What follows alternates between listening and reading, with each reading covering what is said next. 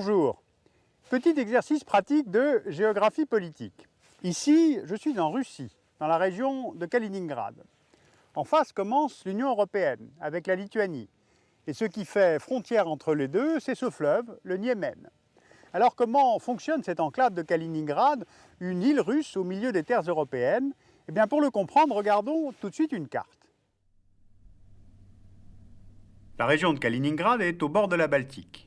Elle est frontalière de la Lituanie au nord et à l'est et de la Pologne au sud.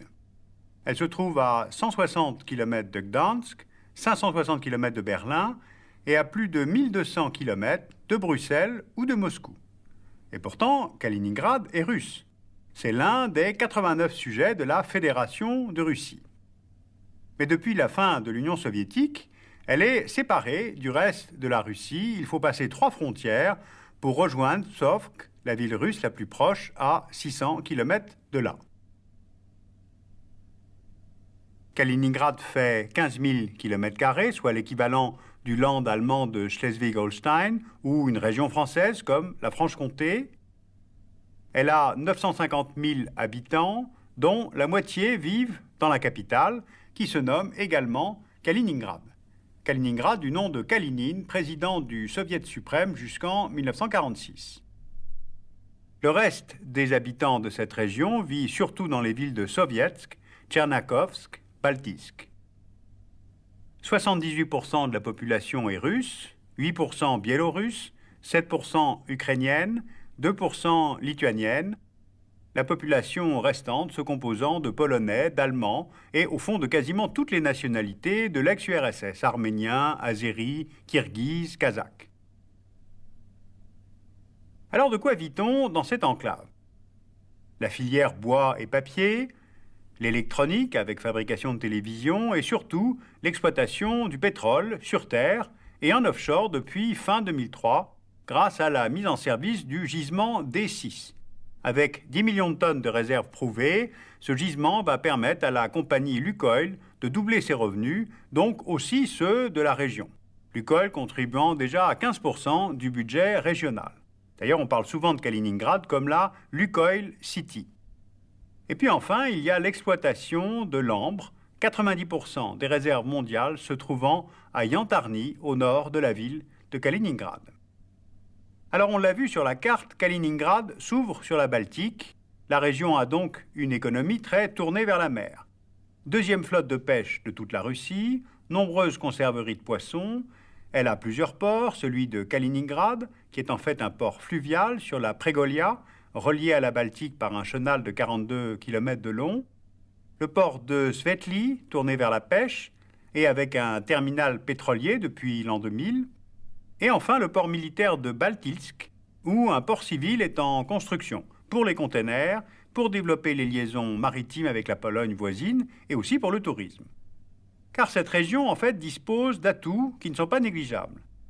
Plusieurs stations balnéaires, Svetogorsk, Zelenogradsk, Pionerski, le long de la Baltique, qui était d'ailleurs très prisé à l'époque soviétique, un site naturel unique, le cordon des Cours, classé au patrimoine mondial de l'UNESCO, puis plusieurs lieux d'intérêt historique, car Kaliningrad, avant 1945, je vous le rappelle, c'était Königsberg, la capitale de la Prusse orientale.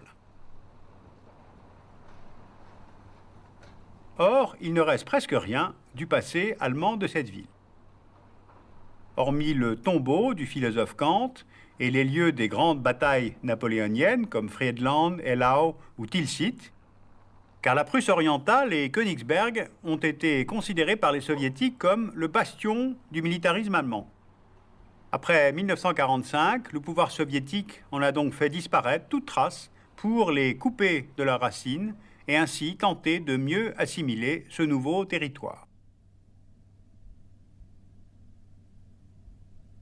À l'échelle de l'Union soviétique, l'oblast de Kaliningrad jouait un rôle stratégique important.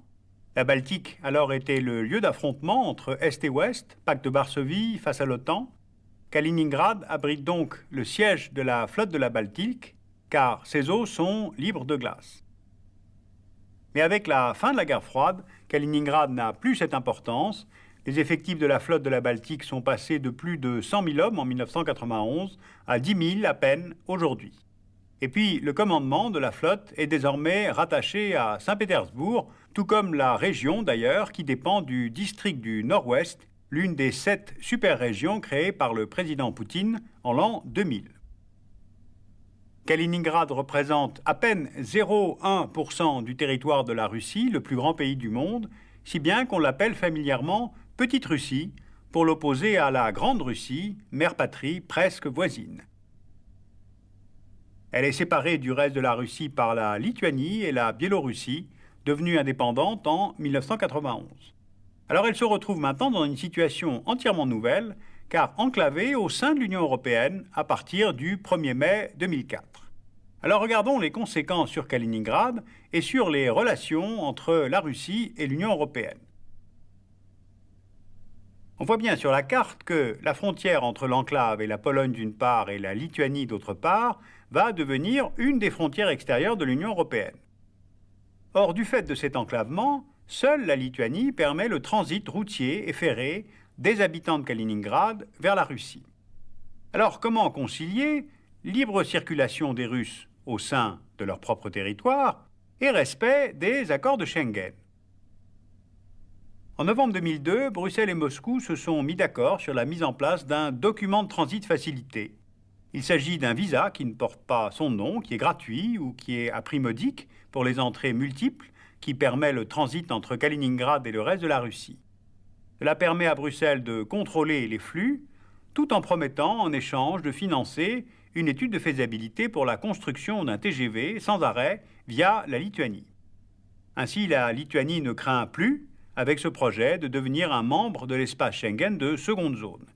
Et Moscou, de son côté, est rassuré, car la mise en place de visas pouvait conduire au développement de tendances séparatistes dans la région de Kaliningrad et éventuellement même à une instabilité. Les Russes en allaient jusqu'à rappeler que c'est le corridor de Danzig entre la Prusse orientale et l'Allemagne qui avait conduit à la guerre en 1939. Autre sujet d'inquiétude pour l'Union européenne, c'est l'important taux de chômage et le faible niveau de vie comparé aux futurs membres de l'Union. Le PNB de Kaliningrad ne représente qu'un quart de celui des Lituaniens, un huitième de celui des Polonais et un quarantième de la moyenne en Union européenne.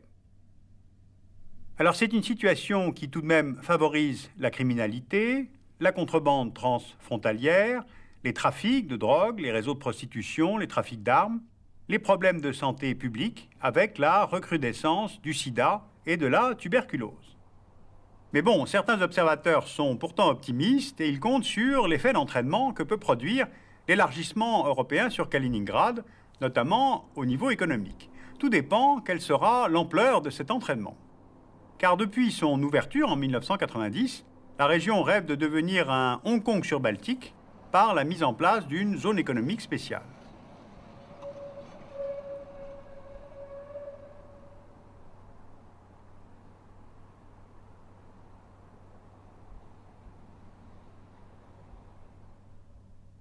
Kaliningrad compte sur sa situation de carrefour pour devenir une tête de pont du commerce russo-européen.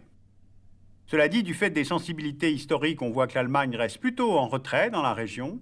Elle s'en remet à l'Union européenne et ses Länder.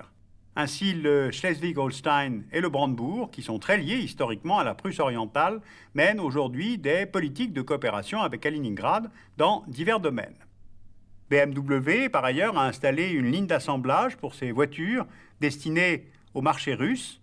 Les voisins polonais et lituaniens sont les plus actifs économiquement, tout comme ses deux voisins baltiques, le Danemark et la Suède, qui se préoccupent du devenir de l'enclave, plus particulièrement au niveau de l'environnement, de la santé publique et aussi de la sécurité régionale.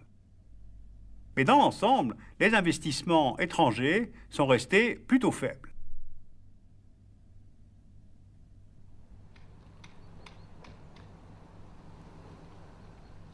Bien, alors quelles sont les perspectives pour Kaliningrad? Comment gérer cette situation qui est tout de même assez particulière? Première option, ce serait plus d'autonomie. C'est un peu ce que souhaitent les habitants de Kaliningrad. Mais il y a peu de chances pour que Moscou cède de la souveraineté. Cela ferait évidemment un mauvais exemple pour les républiques de la Fédération russe. La deuxième option, qui est négative, serait que l'enclave devienne comme une sorte de double périphérie, en périphérie de la Russie, mais aussi de l'Union européenne. Or, ce n'est pas souhaitable, ce n'est pas très simple de vivre comme une île hors de la mondialisation. Et la troisième option, qui est plus optimiste, serait l'effet d'entraînement que peut avoir un accord de coopération entre Moscou et Bruxelles. L'effet d'entraînement d'être tiré par le haut, par l'élargissement, par le commerce et les investissements. Alors c'est évidemment ce qu'il faut souhaiter, parce que sinon ce n'est pas très simple de vivre petit et enfermé.